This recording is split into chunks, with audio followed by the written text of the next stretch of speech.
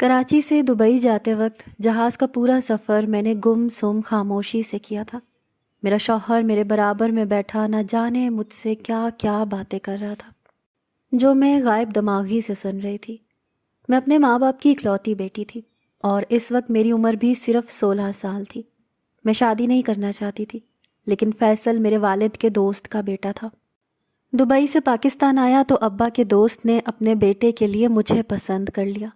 ابا سے کہنے لگے کہ میرا بیٹا پردیس میں رہتا ہے، اسی لیے مجھے اس کی فکر رہتی ہے کہ اس کی شادی ہو جائے تو میں بھی پرسکون ہو جاؤں گا۔ میرے والد کی اپنے دوست سے اتنی گہری دوستی تھی کہ انہوں نے میرا رشتہ طے کر دیا۔ جب میری والدہ نے مجھے یہ بات بتائی تو میں رونے لگی۔ میں نے کہا، اماں میں اتنی دور نہیں جا سکتی، میں تو آپ کے بغیر کبھی بازار تک نہیں گئی، پھر دبئی کیسے چلی جاؤں؟ اور پھر میری شادی کی ابھی عمر نہیں ہے، آپ لوگ کیوں مجھے اتنی جلدی خود سے جدا کرنا چاہتے ہو؟ میں اکلوتی تھی، میری عمر بھی بس 16 سال تھی۔ اس عمر میں مجھے گھر کا کوئی کام نہیں آتا تھا۔ میں اب تک اپنی اماں کے ہاتھ سے روٹی کھاتی تھی۔ وہ بار بار مجھے یہی کہتی تھیں کہ اب تم بڑی ہو گئی ہو، چھوٹے موٹے کام کرنا سیکھو، لیکن بچپن سے میرے ماں باپ نے جتنا لاڈ پیار مجھے دیا تھا، میں نے کبھی خود کو بڑا سمجھا ہی نہیں تھا۔ میرے ماں باپ کو میرے لیے فیصل کا رشتہ سب سے زیادہ بہتر لگا۔ میری ماں کہنے لگی کہ تمہارے سر پر تو ساس سسر اور سسرال کی ذمہ داری ہی نہیں ہوگی، فیصل شادی کے چند روز بعد ہی تمہیں دبئی لے جائے گا، وہ وہاں اکیلا نوکری کرتا ہے، تم تو عیش کرو گی۔ جس دن میرا نکاح فیصل سے ہوا اسی رات کی ہماری دبئی کی فلائٹ تھی۔ میرے سسرال میں صرف میرے سسر تھے، ساس نہیں تھی، نندیں بھی اپنے گھروں کی تھیں۔ اگر میں یہاں پر بھی رہتی تو مجھے گھر کے کاموں کی کوئی خاص ذمہ داری نہ تھی۔ سسر بھی میرے والد کے بہترین دوست تھے، لیکن فیصل پچھلے 7-8 سالوں سے دبئی میں ہی کام کرتا تھا۔ مجھ سے عمر میں 10 سال بڑے تھے۔ ہمارا نکاح دوپہر کو ہوا تھا، اسی لیے باقی کا وقت میرا مہمانوں کی نظر ہی ہو گیا تھا۔ رات کو دبئی جانے سے پہلے اپنا لباس تبدیل کر لیا تھا۔ ویسے بھی مجھے زیادہ بھاری بھرکم کپڑے پہننے کی عادت نہیں تھی۔ میرے سسر اور نندیں مجھے ایئرپورٹ تک چھوڑنے گئی تھیں۔ جہاز میں بیٹھتے ہی مجھے اپنی امی اور بابا یاد آنے لگے۔ فیصل ہلکی پھلکی بات چیت مجھ سے کر رہے تھے، لیکن میرا دماغ اپنے گھر میں ہی اٹکا ہوا تھا۔ دبئی کے ایئرپورٹ پر پہنچ کر فیصل نے ٹیکسی کروائی تھی۔ آدھے گھنٹے کی مسافت کے بعد میں فیصل کے ایک چھوٹے سے اپارٹمنٹ میں پہنچ گئی تھی۔ 2 ہی کمروں کا اپارٹمنٹ تھا، چھوٹا سا لاؤنج تھا۔ فیصل کہنے لگے کہ کھانا بنانے کی فکر کرنے کی ضرورت نہیں ہے، تم بس آرام کرو، کھانا میں آرڈر پر منگوا لوں گا۔ میں بھی صبح کی تھکی ہوئی تھی، اسی لیے کمرے میں جا کر سو گئی۔ 4 دن گزر گئے تھے میری شادی کو، لیکن فیصل نے ابھی تک مجھے چھوا تک نہیں تھا۔ کہنے لگے کہ تم شاید شادی کے لیے ذہنی طور پر تیار نہیں ہو، اس لیے بہتر ہے کہ میں تمہیں تھوڑا وقت دوں۔ فیصل کی یہ بات مجھے اچھی لگی تھی، کیونکہ میں واقعی شادی نہیں کرنا چاہتی تھی۔ چند دن گزرنے کے بعد وہ مجھے اپنے ساتھ ایک ہوٹل میں لے گیا۔ ہوٹل کے نیچے بنے ریسٹورنٹ میں مجھے کھانا کھلایا، پھر کہنے لگا کہ اسی ہوٹل کے اوپر کے کمرے میں میرا ایک دوست رہتا ہے، مجھے اس سے کوئی ضروری کام ہے، تم بھی میرے ساتھ چلو۔ میں فیصل کے ساتھ اوپر کے کمرے تک پہنچ گئی۔ دروازے پر جیسے ہی دستک دی تو ایک عربی نوجوان جس نے سفید رنگ کا جبہ پہن رکھا تھا فیصل کو دیکھ کر مسکرانے لگا۔ اس کے بعد جب اس نے مجھے دیکھا تو سر سے پیر تک وہ مجھے یوں دیکھ رہا تھا جیسے عورت کو پہلی بار دیکھا ہو۔ مجھے اس کی نظروں سے الجھن محسوس ہونے لگی۔ میں بالکل فیصل کے ساتھ لگ کر کھڑی ہو گئی۔ فیصل مجھے کمرے کے اندر لے آیا۔ کمرہ کافی کشادہ تھا اور ہر سہولت کمرے میں موجود تھی۔ اس نے مجھے صوفے پر بیٹھنے کا کہا اور پھر کمرے میں موجود انٹرکام سے اس میں 2 جوس منگوائے۔ وہ شخص فیصل سے عربی میں بات کر رہا تھا جو کہ میری سمجھ سے بالا تر تھی، لیکن جو بات مجھے کھٹکی تھی وہ یہ تھی کہ وہ بات تو فیصل سے کر رہا تھا، لیکن اس کی نظریں مجھ ہی پر جمی ہوئی تھیں۔ میں دل ہی دل میں یہ دعا کر رہی تھی کہ جلد از جلد فیصل اس سے بات کریں اور یہاں سے نکلیں۔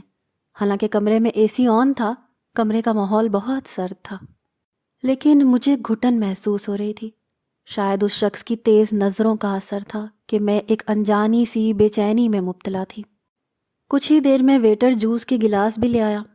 فیصل نے ایک جوس کا گلاس مجھے دے دیا اور اپنا گلاس سامنے رکھے ٹیبل پر رکھ کر اس عربی سے باتیں کرنے لگا۔ مجھ پر ویسے بھی گھبراہٹ سی طاری تھی، اسی لیے میں وہ جوس چند گھونٹ میں ہی ختم کر لیا۔ لیکن جیسے ہی میں نے وہ جوس ختم کیا مجھ پر نشہ سا طاری ہونے لگا، میرا سر بھاری ہونے لگا۔ میں نے دیکھا کہ وہ عربی جیب سے پیسے نکال کر فیصل کو دے رہا تھا۔ میں مکمل نشے میں نہ تھی۔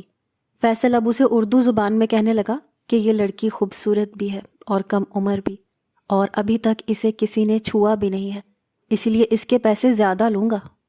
یہ سن کر مجھے اپنی سماعت پر یقین نہیں آ رہا تھا۔ اس عربی نے جیب سے چیک نکالا اور نہ جانے اس پر کتنے پیسے درج کر کے وہ چیک فیصل کو تھما دیا۔ وہ دیکھ کر فیصل نے چیک لیا اور اسے چوم کر جیب میں ڈال لیا۔ میں اس قدر غنودگی میں تھی کہ مجھے سب کچھ سنائی اور دکھائی دے رہا تھا، لیکن مجھ سے اٹھا نہیں جا رہا تھا۔ بمشکل ہی میں اس صوفے سے اٹھ کر کھڑی ہوئی تھی۔ فیصل جانے لگا تو میں نے کہا کہ آپ کہاں جا رہے ہیں؟ اس نے مجھے کوئی جواب نہیں دیا۔ میں لڑکھڑاتے قدموں سے اس کے پیچھے جانے لگی تو اس عربی نے مجھے بازو سے پکڑ کر اپنے حصار میں لیا تھا۔ میں اس شخص سے اپنا آپ چھڑوانے لگی، لیکن جس قدر میں نشے میں تھی میری قوت بالکل نہ ہونے کے برابر تھی۔ پھر بھی میں اس عربی کو غصے سے پیچھے کر رہی تھی کہ مجھے اپنے شوہر کے ساتھ واپس جانا ہے۔ وہ کہنے لگے کہ کون سا شوہر؟ اس شخص کا تو کام ہی یہی ہے، یہ عورتوں کا بہت بڑا سوداگر ہے، ایسے ہی لڑکیوں سے نکاح کرتا ہے اور پھر انہیں بیچ دیتا ہے۔ میں نے تمہاری اس رات کی قیمت پورے 5 لاکھ دی ہے، اس لیے نہیں کہ تم مجھے نخرے دکھاؤ۔ جو انکشاف اس عربی نے فیصل کے بارے میں کیا تھا، میری آنکھوں سے آنسو ٹوٹ کر گرنے لگے تھے۔ میں نے کہا کہ میں ایک شریف خاندان کی لڑکی ہوں، خدا کے لیے مجھے چھوڑ دو۔ فیصل نے مجھے دھوکے سے شادی کی ہے، میں نہیں جانتی تھی کہ وہ کیا کام کرتا ہے، میں یہ گناہ نہیں کر سکتی۔ میری بات سن کر وہ کہنے لگا کہ یہ میرا مسئلہ نہیں ہے، میں نے پیسے دیے ہیں اور میں دی ہوئی قیمت ضرور وصول کرتا ہوں۔ اس کے بعد کمرے کے ساتھ ساتھ میری زندگی بھی اندھیر ہو چکی تھی۔ ایک رات لگی تھی مجھے بیوی سے وحشیہ بنتے ہوئے۔ صبح جب فیصل مجھے واپس لینے آیا تو میں سسکیوں سے رو رہی تھی۔ میں نے اسے تنفر سے دیکھا تھا۔ میں نے کہا مجھے نفرت ہے تم سے، تم نے میری زندگی برباد کر دی۔ میری بات سن کر وہ ہنسنے لگا، کہنے لگا مجھ پر یہ باتیں اثر نہیں کرتی، نہ تو تمہارا رونا میرے لیے کوئی معنی رکھتا ہے اور نہ ہی تمہاری یہ باتیں۔ مجھے پیسہ چاہیے اور اس کے حصول کے لیے میں کچھ بھی کر سکتا ہوں۔ مجھے ہوٹل کے کمرے سے لے کر وہ گھر لے آیا۔ میں نے کہا کہ مجھے واپس پاکستان جانا ہے، میں تمہارے ساتھ نہیں رہنا چاہتی۔ وہ کہنے لگا تو جاؤ، روکا کس نے ہے؟ میں نے اپنے سامان میں اپنا پاسپورٹ ڈھونڈنا شروع کر دیا، لیکن میرے سارے ڈاکیومنٹس اور پاسپورٹ میرے پاس نہیں تھے، میرے سامان سے غائب تھے۔ میرے تمام زیورات بھی میرے سامان سے غائب تھے۔ میں دیوانوں کی طرح اپنا سامان الٹ پلٹ کر رہی تھی اور فیصل ہاتھ باندھے بڑے آرام سے یہ تماشا دیکھ رہا تھا۔ میں رو رہی تھی اور اپنی ایک ایک چیز ادھر سے ادھر پھینک رہی تھی، لیکن مجھے کہیں بھی نہ تو پاسپورٹ ملا اور نہ ہی میرے زیورات جنہیں بیچ کر میں یہاں سے جا سکتی تھی۔ اس شخص نے مجھے بالکل بے بس کر دیا تھا اور اب میری بے بسی پر ہنس رہا تھا۔ جب مجھے کچھ نہ ملا تو میں پھوٹ پھوٹ کر رونے لگی۔ وہ دھیرے دھیرے چلتے ہوئے میرے پاس آیا، کہنے لگا کہ تم کیا سمجھتی ہو، کچی گولیاں کھیلی ہیں کیا میں نے؟ ارے میں تو کھلاڑیوں کا کھلاڑی ہوں، تمہارا پاسپورٹ اور زیور اور ہر چیز میرے پاس ہے، اور اب تم اس گھر میں ہی قید رہو گی جب تک کہ تمہارا دماغ درست نہیں ہو جاتا۔ یہ کہہ کر وہ کمرے سے باہر چلا گیا اور باہر سے کمرہ لاک کر دیا۔ پورا دن میں بھوکی بیٹھی رہی، بھوک کے مارے میرے پیٹ میں بل پڑنے لگے تھے۔ میں بار بار دروازہ کھٹکھٹاتی رہی، لیکن نہ تو مجھے کسی نے کھانا دیا اور نہ ہی پانی۔ رات تک میں نڈھال ہو چکی تھی۔ صبح تک مجھے لگا جیسے میں بغیر کھائے پیے مر جاؤں گی۔ تبھی میرے کمرے کا دروازہ کھلا، فیصل کمرے میں داخل ہوا۔ مجھے یوں نڈھال دیکھ کر کہنے لگا، دماغ درست ہوا یا پھر ایک دن اور بھوکا رکھوں تمہیں؟ میں نے اسے نفرت سے دیکھا تھا۔ بھوک کے مارے میری یہ حالت تھی کہ میں بالکل نیم مردہ ہو چکی تھی، اپنے ہی بیڈ پر لیٹی تھی، جب فیصل نے ہاتھ میں پکڑی پانی کی بوتل کھولی اور میرے منہ پر پانی پھینکنے لگا۔ میں ایک دم ہی اٹھ بیٹھی تھی، پیاس کی شدت سے میرا حلق بالکل کانٹا ہو چکا تھا۔ میں نے فوراً سے اس کے ہاتھ سے بوتل چھینی اور اپنے منہ کو لگا لی۔ میں نہ جانے کتنا پانی ایک ہی گھونٹ میں پی چکی تھی۔ یہ دیکھ کر فیصل کہنے لگا، 24 گھنٹے بھی تم سے بھوک اور پیاس برداشت نہیں ہوئی، میں تو سمجھا تھا کہ اپنی عزت کی خاطر 4 دن بھوکی رہ لوگی۔ خیر، بڑا ہتک آمیز لہجہ تھا اس کا۔ یہ کہہ کر وہ میرے بیڈ پر میرے سامنے بیٹھ گیا۔ کہنے لگا کہ کھانا میں نے آرڈر کر دیا ہے، اچھی طرح سیر ہو کر کھانا، اور اس کے بعد تمہارے وارڈروب میں ایک بلیک کلر کی ساڑی پڑی ہے، رات کو اس کو پہن کر تیار رہنا۔ یہ سننا تھا کہ میں بپھر کے رہ گئی۔ میں نے اس کا گریبان پکڑا، بری طرح سے اسے جھنجھوڑ کے رکھ دیا۔ اس کی شرٹ کے کئی بٹن ٹوٹ چکے تھے۔ میں نے کہا، خبردار، خبردار، جو تم نے بیچنے کی کوشش کی تو میں کبھی بھی یہ گناہ نہیں کر سکتی۔ کہنے لگا، تو پھر بھوکی مرو، جب تک تم اپنی رضامندی سے اس بات کے لیے مان نہیں جاتی، میں تمہیں ایک دانہ بھی کھانے کے لیے نہیں دوں گا۔ جتنا احتجاج تم نے اس عربی کے ساتھ کیا ہے، اگر تو دوسرے گاہکوں کے ساتھ کرو گی تو وہ اچھی قیمت نہیں دیں گے تمہاری۔ اور مجھے پیسہ چاہیے، پیسے کی خاطر میں کچھ بھی کر سکتا ہوں، یہاں تک کہ تمہیں بھوکا مار بھی سکتا ہوں۔ یہاں مجھے پوچھنے والا کوئی نہیں ہے، تم مر گئی تو میں کہہ دوں گا کہ ایک کار ایکسیڈنٹ میں تمہاری موت ہو گئی۔ تمہارا باپ کون سا اتنی دور یہاں پر تحقیق کرنے آئے گا کہ ان کی بیٹی مری کیسے تھی؟ اس کی بات سن کر میرا دماغ چکرا کر رہ گیا تھا۔ یہ کہہ کر وہ پھر کمرے سے باہر چلا گیا۔ میں جس قدر بھوک برداشت کر سکتی تھی میں کر رہی تھی۔ تیسرے دن میں اپنے مرنے کی دعا کر رہی تھی۔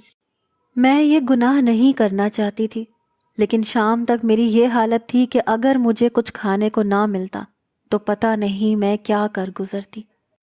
بمشکل چکراتے سر کے ساتھ کمرے کے دروازے تک آئی تھی، بے بس ہو چکی تھی۔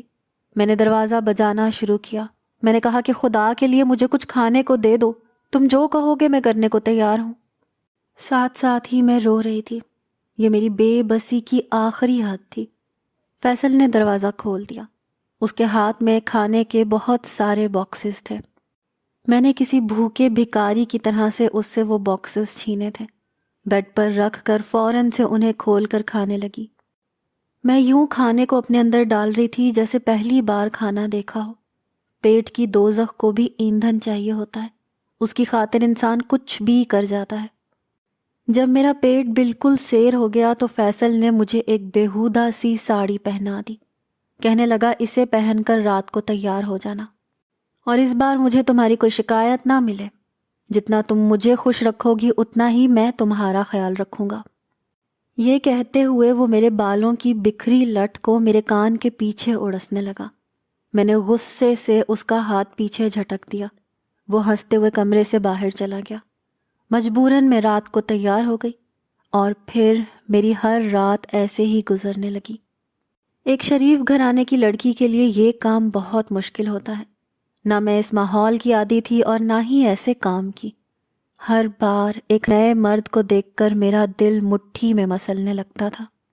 ایک تلخ حقیقت تھی جسے میں قبول ہی نہیں کر پا رہی تھی۔ فیصل اب مجھے ڈانس کلب میں بھی لے جانے لگا تھا، مجھ سے ڈانس فلور پر ڈانس کرواتا، وہیں میری قیمت بھی لگاتا۔ ایک بار میں ڈانس فلور پر شراب کے نشے میں دھت ناچ رہی تھی جب ایک شخص نے مجھے اپنے حصار میں لیا تھا۔ کچھ دیر وہ میرے ساتھ کپل ڈانس کرتا رہا، پھر فیصل سے کہنے لگا کہ میں اس لڑکی کو اپنے ساتھ لے جانا چاہتا ہوں۔ فیصل نے کہا کہ نہیں، میں اس لڑکی کو کہیں نہیں بھیجتا، اسی ہوٹل کے کمرے میں تم اسے لے کر جا سکتے ہو، لیکن ہوٹل سے باہر نہیں۔ اس نے کہا کہ 1 رات کی کیا قیمت ہے؟ فیصل نے کہا کہ 1 لاکھ۔ اس نوجوان نے کہا کہ میں تمہیں 3 لاکھ دینے کو تیار ہوں۔ میں یہاں کا پرانا گاہک ہوں، تم چاہے تو مینیجر سے میرے بارے میں پوچھ سکتے ہو۔ میں اس لڑکی کو اپنے ساتھ لے کر جاؤں گا اور کل یہیں چھوڑ جاؤں گا۔ فیصل کچھ دیر سوچتا رہا اور پھر ہوٹل کے مینیجر سے کچھ تفتیش کی تو معلوم ہوا کہ وہ واقعی اس کلب کا پرانا گاہک تھا۔ وہ اکثر لڑکیوں کو اپنے ساتھ لے جاتا تھا اور واپس بھی چھوڑ جاتا تھا۔ 3 لاکھ میں میرے شوہر نے میرا سودا کیا تھا۔ وہ شخص مجھے اپنے ساتھ اپنے گھر پر لے گیا۔ اس کے کمرے میں جا کر میری پھر سے وہی کیفیت شروع ہو چکی تھی۔ مجھے مرد کے نام سے بھی نفرت ہو چکی تھی، لیکن یہ شخص بالکل عجیب تھا۔ اس نے مجھے کچھ نہیں کہا، بس مجھ سے باتیں کرتا رہا، میرے بارے میں مجھ سے پوچھتا رہا۔ کہنے لگا کہ میرا مقصد تمہارے ساتھ گناہ کرنا ہرگز نہیں ہے، اگر تم میرا ساتھ دو تو میں تمہیں اس گناہوں کی دلدل سے نکال سکتا ہوں۔ میں اس عذاب ناک زندگی سے نکلنا چاہتی تھی، اسی لیے اس شخص کی بات مان لی، اسے اپنے بارے میں سب کچھ بتا دیا۔ اس شخص نے مجھ سے کہا کہ تمہارے شوہر نے یقیناً تمہارے پیچھے کوئی جاسوس ضرور بھیجا ہوگا، میں صرف اس کا اتنا اعتماد حاصل کرنا چاہتا ہوں کہ وہ بلا جھجک تمہیں میرے ساتھ بھیجے۔ پھر ایسا ہی ہوا تھا، کئی بار وہ شخص مجھے اپنے ساتھ لے کر گیا، لیکن اس نے مجھے کبھی بھی اپنی ہوس کا نشانہ نہیں بنایا تھا، اور میرے شوہر کا اعتماد بھی اس پر بحال ہو گیا تھا۔ اب وہ مجھے اس کے ساتھ بھیج دیتا تھا کیونکہ وہ اسے اچھی رقم دے رہا تھا۔ جب وہ مجھے اپنے ساتھ لے کر گیا تو وہیں سے وہ مجھے شارجہ لے گیا۔ مجھے لگا جیسے میں بہت عرصے بعد کسی آزاد فضا میں سانس لے رہی تھی۔ میں اتنی خوش تھی کہ جس کی کوئی حد نہیں۔ میں نے اس شخص سے کہا کہ وہ میرا پاسپورٹ بنوا دے اور مجھے پاکستان بھیج دے، میں اپنے والدین کے پاس جانا چاہتی ہوں۔ وہ کہنے لگا کہ میں بہت جلد تمہارا پاسپورٹ بنوا دوں گا۔ میں بہت خوش تھی کہ چلو لوگوں میں اب بھی انسانیت تو ہے۔ یہ گمان بھی میرا غلط ثابت ہوا۔ اس شخص نے اب تک مجھے کوئی نقصان نہیں پہنچایا تھا۔ ایک بار مجھ سے کہنے لگا کہ تم مجھے اچھی لگتی ہو، اگر تم چاہو تو مجھ سے نکاح کر سکتی ہو۔ میں نے اس کی طرف غور سے دیکھا۔ میں نے کہا کہ میں ابھی بھی اپنے شوہر کے نکاح میں ہوں۔ یہ سن کر وہ کہنے لگا کہ پاکستان جاتے ہی تم اس شخص پر خلا کا مقدمہ دائر کر دینا، تمہیں عدالت سے خلا مل جائے گی۔ اس شخص نے 1 ہفتے میں ہی میرا پاسپورٹ تیار کروا لیا اور مجھے اپنے ساتھ پاکستان لے آیا۔ جیسے ہی میں اپنے گھر جانے لگی تو کہنے لگا کہ جب تمہارے گھر والے تمہاری سچائی جانیں گے تو وہ تمہیں کبھی بھی قبول نہیں کریں گے، اور یہ بھی ممکن ہے کہ تمہارے ماں باپ یہ سب سن کر یہ صدمہ برداشت نہ کر پائیں، کیونکہ 2 سال تم نے جس طرح کی زندگی گزاری ہے کوئی بھی ماں باپ یہ سب برداشت نہیں کر سکتے۔ اس کی بات سن کر میں سوچ میں پڑ گئی۔ یہ ایک تلخ حقیقت ہے، جتنی محبت میرے ماں باپ مجھ سے کرتے تھے وہ واقعی ایسا دکھ تو کبھی بھی برداشت نہ کر سکتے۔ پھر اس نے اپنے موبائل سے مجھے ایک ایسی چیز دکھائی کہ میرے رونگٹے کھڑے ہو گئے۔ میں نہیں جانتی تھی کہ کب اور کیسے، لیکن میری نازیبا ویڈیوز میرا چہرہ بلر کر کے وائرل کی گئی تھیں۔ وہ کہنے لگا کہ یہ دیکھو، اگر اس نے تمہارے چہرے کو صاف کر دیا گیا تو تمہارے ماں باپ تو جیتے جی مر جائیں گے، اور تم اس معاشرے میں عزت سے کبھی بھی نہیں جی پاؤ گی۔ لوگ تمہیں پہچانیں گے تو تم پر تھو تھو کریں گے، تمہارا جینا محال کر دیں گے۔ اس کی بات سن کر میں ششدر سی رہ گئی۔ مجھے سمجھ نہیں آ رہا تھا کہ میں کیا کروں اور کیا نہ کروں۔ وہ کہنے لگا کہ میں تمہیں خلا دلوانے کے بعد تم سے نکاح کر لوں گا، تمہیں عزت کی زندگی دوں گا، کیونکہ میں تمہارے بارے میں سب کچھ جانتا ہوں۔ کچھ عرصہ گزرنے کے بعد جب تمہاری یہ ویڈیوز پرانی ہو جائیں گی تو میں پھر خود تمہیں تمہارے ماں باپ سے ملواؤں گا۔ میرے پاس اس وقت اور کوئی راستہ نہیں تھا کہ اس شخص کی بات کو ماننے کے علاوہ۔ کون سی عورت ہے جو عزت سے جینا نہیں چاہتی، اور مجھے بھی عزت کی زندگی چاہیے تھی۔ بہرحال میں اس شخص کے ساتھ وکیل کے پاس گئی اور اپنی ساری باتیں اسے بتا دیں۔ اسی بات کو آگے رکھ کر میں نے خلا کا مقدمہ بھی دائر کر دیا کہ میرا شوہر مجھ سے ناجائز کام کرواتا تھا، بدکاری کرواتا تھا۔ بہت جلد مجھے عدالت کے ذریعے خلا مل گئی۔ عدت پوری ہوتے ہی اس شخص نے مجھ سے نکاح کر لیا۔ میں بے حد خوش تھی۔ پھر اس نے مجھے ایک برقع لا کر دیا، کہنے لگا کہ میں چاہتا ہوں کہ تم اسے پہنو۔ مجھے اس شخص کی یہ بات بہت اچھی لگی، وہ مجھے تحفظ دے رہا تھا۔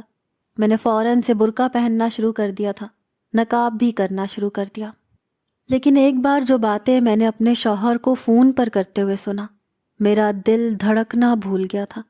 وہ کہہ رہا تھا کہ ہاں، اب میں اس لڑکی کا اعتماد جیت چکا ہوں، کل سے ہی میں اسے آپ کے پاس بھیج دوں گا، 2 ماہ تک وہ آپ کے پاس ہی رہے گی۔ بڑی مشکل سے میں نے اسے حاصل کیا ہے۔ اسے ذرا سا بھی شک نہیں ہونا چاہیے کہ ہم اسے کس مقصد کے لیے لائے ہیں۔ یہ سن کر میں دنگ رہ گئی۔ جو خیال میرے دل میں آیا، پھر سے میری آنکھوں سے آنسو بہنے لگے کہ ابھی میری آزمائشیں ختم نہیں ہوئی تھی۔ کیا وہ شخص مجھے بیچنا چاہتا ہے؟ کیا پھر ساری زندگی میں یوں ہی بکتی رہوں گی؟ لیکن جو کام وہ مجھ سے لینا چاہتا تھا وہ تو اس کام سے زیادہ بھیانک تھا۔ میں نے سوچا کہ جیسے ہی وہ کل گھر سے باہر جائے گا میں بھاگ جاؤں گی، لیکن میں نہیں جانتی تھی کہ میں وہاں پر بہت سے لوگوں کی نظروں میں ہوں۔ جیسے ہی میرا شوہر باہر گیا میں نے برقع پہنا اور گھر سے بھاگ کر نکل گئی۔ میں نہیں جانتی تھی کہ میری منزل کہاں ہے اور کہاں نہیں، لیکن میں ابھی اسٹاپ تک پہنچی ہی تھی کہ ایک عورت میرے پاس آئی اور میری کمر پر پسٹل رکھ دی۔ کہنے لگی کہ زیادہ چالاکی دکھانے کی ضرورت نہیں ہے، ہمیں معلوم تھا کہ تم موقع پا کر بھاگنے کی کوشش کرو گی، جہاں تم رہتی ہو وہاں پر ہر جگہ کیمرے موجود ہیں۔ ہم دیکھ چکے تھے کہ تم منور کی بات سن چکی تھی، ہم جانتے تھے کہ تم بھاگنے کی کوشش کرو گی۔ اگر تم چاہتی ہو کہ یہ گولی تمہارے آر پار نہ ہو جائے تو واپس چلو۔ وہ مجھے واپس گھر لے آئی۔ کچھ دیر بعد وہاں پر منور بھی آ چکا تھا۔ اس عورت نے منور سے کہا کہ میں بھاگنے کی کوشش کر رہی تھی اور اب ہم رسک نہیں لے سکتے، اب اس سے اپنا کام لو۔ میں سمجھی تھی کہ اب مجھے پھر سے کسی مرد کے آگے پیش کیا جائے گا، لیکن میری حیرت کی انتہا نہیں رہی جب اس نے مجھے خود کش حملے کے لیے جیکٹ دی جس پر بم لگے ہوئے تھے۔ یہ دیکھ کر تو میری جان نکل گئی۔ وہ عورت منور سے کہنے لگی کہ اسے یہ پہناؤ اور اوپر سے برقع، اور آج ہی یہ کام کرنا ہے۔ پھر مجھ سے کہنے لگی کہ جہاں ہم کہیں گے وہاں تم جاؤ گی، باقی کا کام ہمارا ہے۔ یہ سن کر میں نے ایک نظر منور کی طرف دیکھا، وہ نظریں چرا گیا۔ جیسی زندگی میں نے گزاری تھی موت میرے لیے آسان ہدف تھا، لیکن میں اپنے ساتھ ساتھ کئی بے گناہ اور معصوم لوگوں کی جان نہیں لے سکتی تھی۔ چند دن انہوں نے مجھے کمرے میں ہی قید رکھا اور اس کے بعد خود کش جیکٹ پہنا کر، برقع پہنا کر ایک مین بازار میں مجھے کھڑا کر دیا جہاں پر عورتوں اور بچوں کا رش تھا۔ میں وہاں کھڑی یہ سوچ رہی تھی کہ میرے ساتھ ساتھ یہ تمام معصوم اور بے گناہ لوگ مارے جائیں گے۔ میں یہ گناہ نہیں کر سکتی۔ میں اللہ سے دعا گو تھی کہ وہ میری مدد کرتے۔ سامنے سے ہی مجھے ایک پولیس کی موبائل نظر آئی۔ بنا سوچے سمجھے کہ میرا کیا انجام ہوگا میں اس پولیس والے کے پاس گئی۔ میں نے اسے ساری حقیقت بتا دی۔ ان لوگوں نے فوراً سے اس خود کش جیکٹ کے سسٹم کو بند کیا۔ بہت سے لوگوں کی جانیں بچ گئی تھیں۔ پولیس والوں کو میری یہ بات بہت پسند آئی۔ انہوں نے مجھے پولیس میں بھرتی کرنے کے لیے کہا۔ سارا خرچہ بھی انہوں نے کیا اور مجھے مزید تعلیم دلوائی اور مجھے ٹریننگ کے لیے بھی بھیجا۔ آج میں ایک ایماندار پولیس آفیسر ہوں اور ایسے گروہوں کو پکڑتی ہوں جو عورتوں سے جسم فروشی کا کام کرواتے ہیں۔